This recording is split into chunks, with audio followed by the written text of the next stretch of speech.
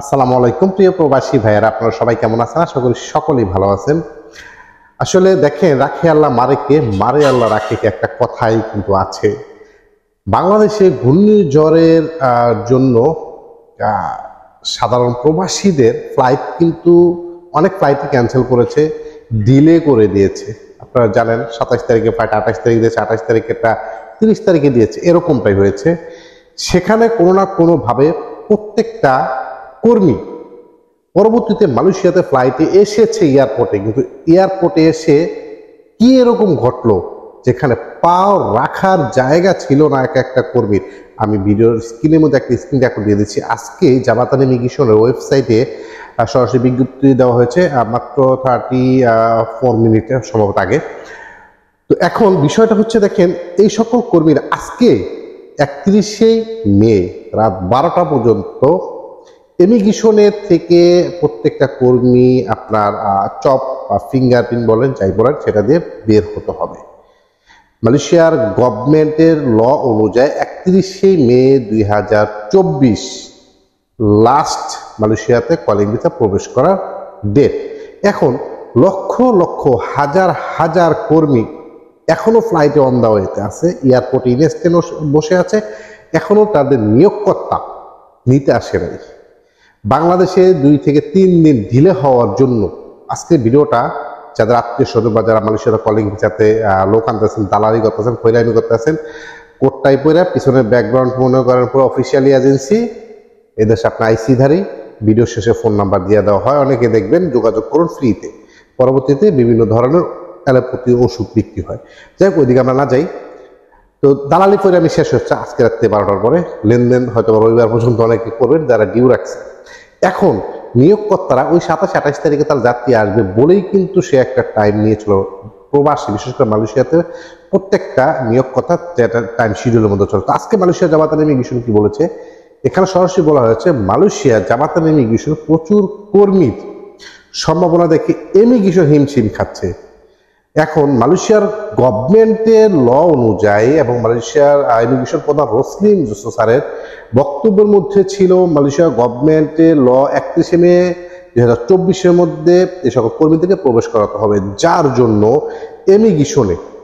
ইমিগ্রেশনে কর্মরত যে অফিসারগুলো রয়েছে সেই অফিসারকে আরো বৃদ্ধি করা হয়েছে, মানে আরো বাড়িয়ে দেওয়া হয়েছে যাতে দ্রুত তাদের ফিঙ্গারপ্রিন্টের কাজগুলো সম্পূর্ণ করতে পারে, কারণ সময় কিন্তু খুবই অল্প। তারপরও অনেক কর্মী এয়ারপোর্টে বসে আছে, তার নিয়োগকর্তা যাচ্ছে না।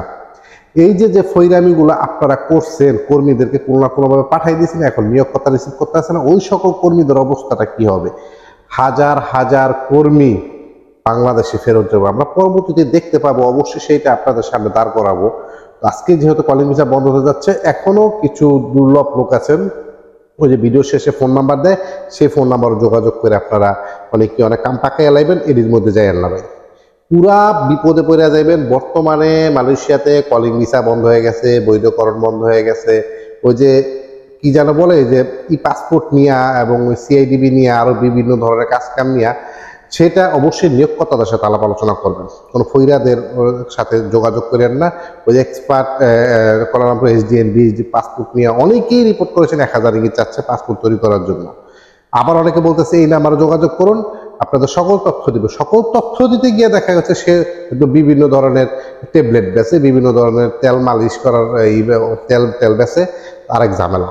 তার জন্য ওই সকল নাম্বারও যোগাযোগ করবেন না, আপনারা সরাসরি আপনার নিয়োগকর্তার সাথে আলাপ আলোচনা করবেন বা আপনার নিকটস্থ যে আছে বা আত্মীয় স্বজন যারা আছে তাদের সাথে যোগাযোগ করবেন যাকে আপনি বিশ্বাস করেন। তো মালয়েশিয়াতে কলিং ভিসা বন্ধ হয়ে যাচ্ছে, রাত 12টা বাজে অফ।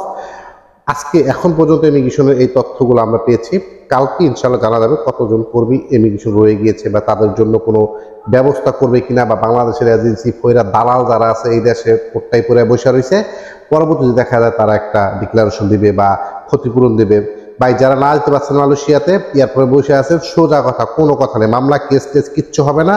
বাংলাদেশের সংসদ সদস্যকে 80 টুকরা করা সম্ভব হয়েছে, এটা জানেন যে সারা পৃথিবী ভাইরাল ইন্ডিয়াতে ঘটনা ঘটছে। তো ওই ফৈরা দালাল তারা এরকম ভাইরাল কিছু না, তাদের বাড়ি ঘরে পেট্রোল নিয়ে যায় আগুন ধরাই দিয়ে লাইবেন, সমস্যা নেই। কারণ আপনি ক্ষতিগ্রস্ত হয়েছেন, আপনি টাকা ঋণ করে আসছেন, সে ঋণের বোঝা কে পাইবে? তো যার জন্য অবশ্যই সতর্ক থাকবেন, খুব কেয়ারফুলি থাকবেন। তো এই ছিল আজকে মালয়েশিয়া কলিং ভিসার আসলে আমরা তারপরে বিভিন্ন ইনফরমেশনগুলো দেখতেছি, মালয়েশিয়ার বিভিন্ন নিউজ পোর্টালগুলো দেখতেছি বর্তমান পরিস্থিতি কি, বা কর্মীদের কোনো প্রবলেম বলতে নিয়োগকর্তা কেন আসতেছে না, বা ওই নিয়োগকর্তাদেরকে আনার জন্য কোনো প্রসেস ইমিগ্রেশন চালাচ্ছে কিনা বা এজেন্সি চালাচ্ছে কিনা, আসলে পরবর্তীতে আপনাদেরকে আপডেট জানাবো ইনশাল্লাহ। আর যদি এরকম কোনো ভিকটিম ভিতরে থেকে থাকেন যে আসলে ওই সকল ভিকটিমের আত্মীয় স্বজন আছেন, কি সমস্যা ফেস হয়েছে, এজেন্ট আপনাকে কি বলছে, দালাল আপনাকে কি প্রণবতা দেখায় পাঠাইছে, এইগুলো যদি মিডিয়ার সামনে বলতে চান তাহলে আমার সাথে একটা লাইভ করতে পারেন। লাইভের মধ্যে ওই সকল দালাল, ওই সকল মানে খৈরাদের মুখটাকে উন্মোচন করে দেবেন সকলের সামনে।